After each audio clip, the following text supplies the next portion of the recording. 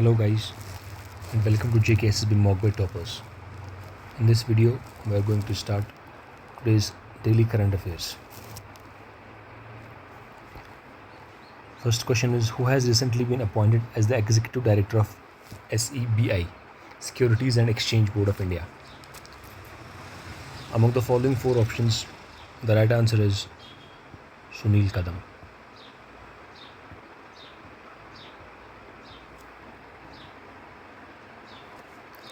Sunil Kadam ji has been appointed as the Director of the SEBI, Securities and Exchange Board of India.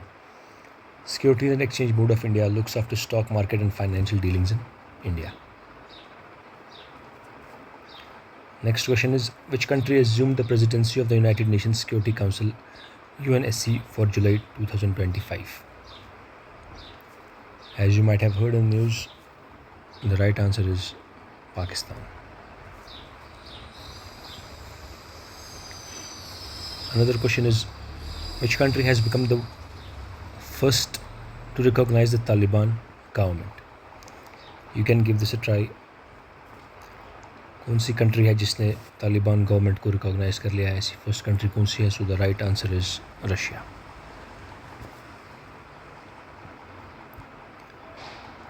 Who has recently assumed the charge as the Air Officer in Charge Administration of Indian Air Force?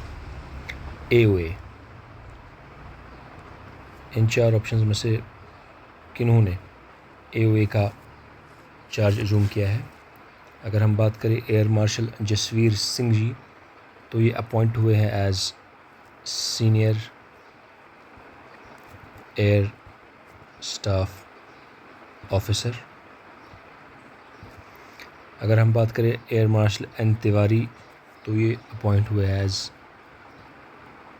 Vice chief of air staff. And the right option for this answer is Air Marshal S. Sivakumar. He has been appointed as the officer in charge of administration, Indian Air Force. Which country has launched GoSat GW satellite for climate monitoring? GoSat GW satellite किस country ने launch किया है? तो सबसे पहले GoSat GW होता क्या है? GOSAT GW. It stands for Global Observing Satellite for Greenhouse Gases and Water Cycle. तो ये GoSat GW की फुल फॉर्म है. ये सैटेलाइट किस कंट्री ने लॉन्च किया है? ये सैटेलाइट क्या करेगा? ये सैटेलाइट जो भी ग्रीन हाउस गैस एमिशंस हैं उन्हें मॉनिटर करेगा, ग्रीन हाउस गैस एमिशंस को मॉनिटर करेगा. और ये सैटेलाइट लॉन्च किया है JAXA, Japanese aerospace exploration agency ने. तो इसका सही आंसर है जापान. फ़ोटो में आप देख सकते हैं ये इसका लॉन्च व्हीकल है इस सैटेलाइट का, GoSat GW. Which state recently amended the Factories Act to allow women to work night shifts with safety measures in place? तो कहाँ किस स्टेट में अब वुमेन नाइट शिफ्ट कर सकती हैं? Night shift 7 PM to 6 AM. तो ये फैक्ट्रीज़ एक्ट जो है ये रिसेंटली एडिट किया है गुजरात ने. गुजरात में आपको अगर याद होगा तो 34th डिस्ट्रिक्ट भी ऐड किया था. उसका नाम वाव थराड़ है.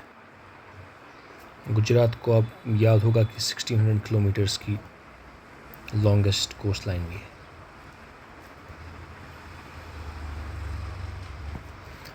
तो फैक्ट्री एक्ट को जो अमेंड किया है वो किया है गुजरात ने. यहाँ पे वुमेन नाइट शिफ्ट कर सकती है, लेकिन एटलीस्ट 10 वुमेन होनी चाहिए present for night shifts. Moving to the next question. What is the name of the new tree species recently discovered in Assam? तो रिसेंटली एक नई ट्री स्पीशीज़ डिस्कवर की गई है आसाम में. इसका फ़ोटो यहाँ पे लगा दिया है. ये बहुत एडिबल भी है और ये मेडिसिनल यूज़ के लिए भी मेडिसिन के लिए भी हम उसको यूज़ कर सकते हैं। तो इसका नाम है गार्सिनिया कुसुमाए। गार्सिनिया कुसुमाए इसका नाम है। इसमें एक इंटरेस्टिंग फैक्ट बता देता हूँ। ये जो एक इसमें रिसर्चर थे जिन्होंने इसको डिस्कवर किया है, इस स्पीशीज़ को, उनकी मदर के नाम पे इसको नेम किया गया है, गार्सिनिया कुसुमाए।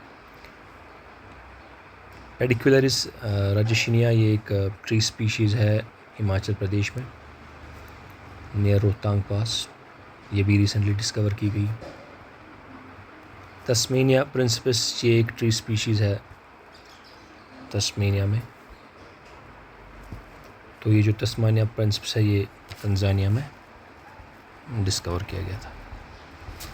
हमारा आसाम में जो इसका आंसर है वो है ग्रासिनिया कुसुमाए। ग्रासिनिया आसाम का नहीं है, ये वाला है। The Apache AH-64E recently in the news the type of, यहाँ पे मैंने फ़ोटो भी लगा दिया है इसका। तो अपाची AH-64E क्या है? Is it a surveillance drone? No. Nuclear submarine? No. Airborne early warning aircraft? No. It is an attack helicopter? Yes, attack helicopter है। इसीलिए न्यूज़ में था क्योंकि 3 रिसीव करेगा इंडिया USA से जुलाई 15 को, और बाकी 3 नवंबर में रिसीव करेगा। तो 6 टोटल हमें रिसीव करने हैं USA से अपाची AH-64E, जो यहाँ पे फ़ोटो में दिया गया है। अराउंड 5600 करोड़ की ये डील हुई थी 2020 में।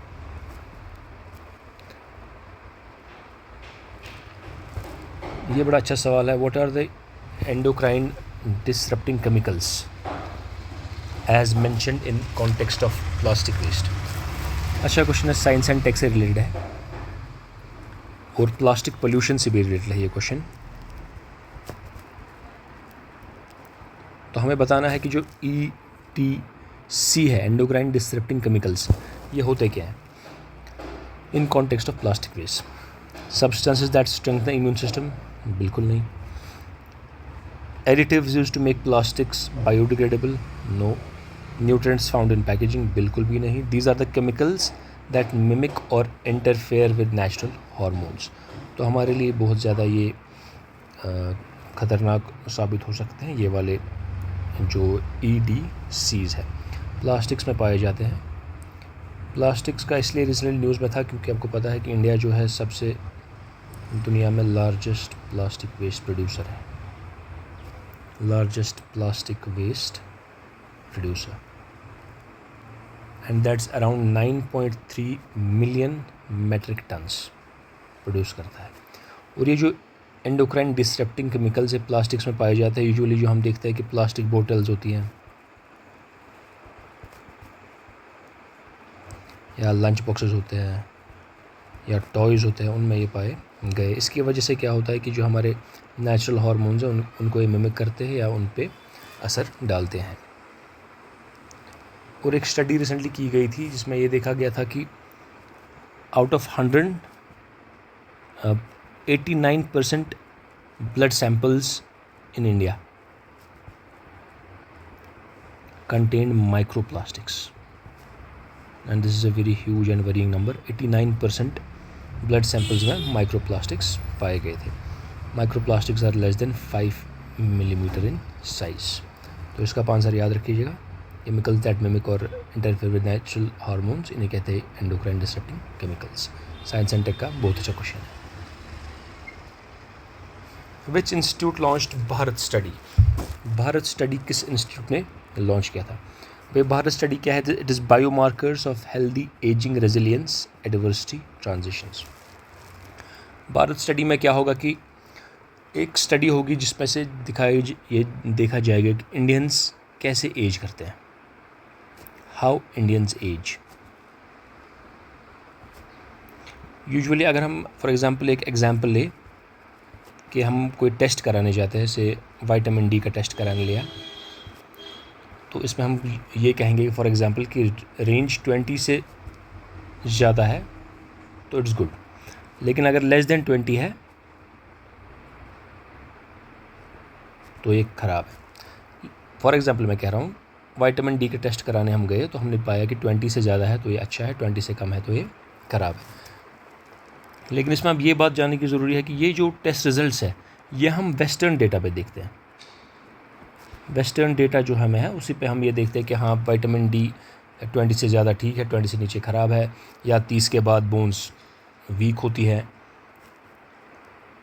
ये सारा वेस्टर्न डेटा पे डिराइव किया जाता है। लेकिन अब यहाँ पे भारत स्टडी जो है वो लॉन्च किया गया है। इसमें क्या किया जाएगा, इंडियंस के जो ब्लड सैंपल्स हैं, इंडियंस के जो जीन चेकिंग की जाएगी, या डाइट्स को देखा जाएगा, एक्सरसाइज को देखा जाएगा। ये सब मेजर करके हम अपना एक डेटाबेस बनाएंगे, अपना डेटाबेस, जिस पे हम खुद देखेंगे कि हाँ इंडियंस के लिए क्या ये लेवल सही है या ये लेवल सही है, कौन से लेवल सही है। फॉर एग्जांपल विटामिन के लिए क्या 15 सही रहेगा या 14 सही रहेगा। तो ये सारा हम डिराइव करेंगे किस इस डेटाबेस से जो स्टडी लॉन्च की है, जिसका नाम है भारत। और ये स्टडी जो है ये किसने की है, this has been done by Indian institute of science Bengaluru. तो बहुत अच्छा सवाल था, भारत स्टडी किसने लॉन्च किया है, Indian institute of science Bengaluru. और आज का last question, who among the following who has been appointed as Thailand's new prime minister amid political turmoil in July 2025। तो पहले ये थे पी शिनेवाटा, इनको हटा के Phumtham Wechayachai new prime minister of Thailand. तो that's it, thanks for connecting, see you next video.